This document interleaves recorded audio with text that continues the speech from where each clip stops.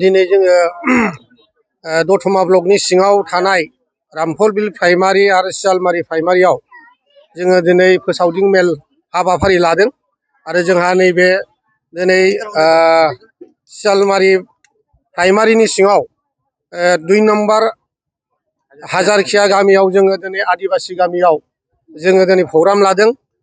7टा 8टा गामिनि रायजो राजाजों लोगोसे गावबुरा गासिबो आदिबासि बिथांमोनहा जोंखौ दिनै बे माबायाव फोसावदिं मेलाव बाहागो लाफैनानै मोजाङै मोजां प्रग्रामखौ जाफुंसार होदों। दा जों खोब आदिबासिनि भटखौ जों एबार मोनगोन।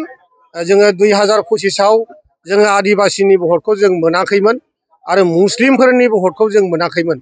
जोंनि आदिबासि बा मुस्लिमफोरनि जों भट मोनैनि खारना जाहैबाय जोङो बिजेपिजों एलायन्स जानायनि थाखाय जोङो मुस्लिमनि भटखौ जों मोननाय जायाखै आरो आदिबासिनि भटखौबो जों मोननाय जायाखै। दिनै जोङो बुजिदों जोङो जे सरकाराव थायोबा रायजो राजाया माला गानो जइनिं जायो, जे सरकारजों थाफानांगौ होननानै बिथांमोना जइनिं जायो। नाथाय जोंबो 2025आव दिनै रायजो राजाया लोब लोब जइनिं जादोंमोन आरो आर'नाइ माफ्लारखौ जोङो सेरफांगुरि क'क्राझार जोङो कमप्लिट जोंना खालि जाजोबदोंमोन। जों सानदोंमोन बिथांमोनहा जोंजों बिराद जइनिं जाबाय, बिपिएफनि मानसियाबो जोंजों जइनिं जादोंमोन, बिजेपिनियाबो जादोंमोन। नाथाय जोङो मिन्थिबाय इलेक्सना जइनिंजों थाखा फैसा होनायजों थाखा फैसाजों इलेक्सन देरहाया, जइनिं जानायजों जोङो इलेक्सनखौ देरहानो हाया। नाथाय इलेक्सनखौ देरहानांगौ होनबा माबोरै देरहायो? माने पलिसि आरो मेकिंजोंसो जोङो इलेक्सनखौ देरहायो। दा बेखायनो जोंनि इउपिपिएल दोलोआ दिनै रावजोंबो एलायन्स जायाखै, हारसिङैनो इलेक्सन गेलेदों। बेखायनो जों दिनै जों आदिबासि बिथांमोनहाबो जोंखौ सापर्ट होगोन आरो जोङो मुस्लिमफोरनिफ्रायबो जों भट मोनगोन।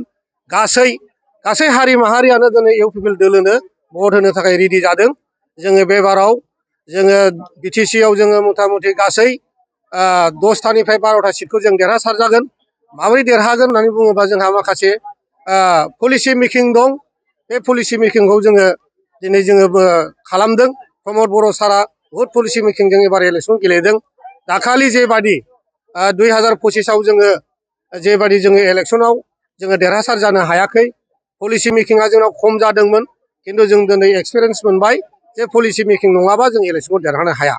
दा बेखायनो जेरखम जों 2025आव जेरखम जों जेनदोंमोन, बिथांमोनहाबो एबाराव फारि फारि जेननानै इउपिपिएलआ आवगायगोन, बिपिएफ हान्जाया फासयनानै थागोन।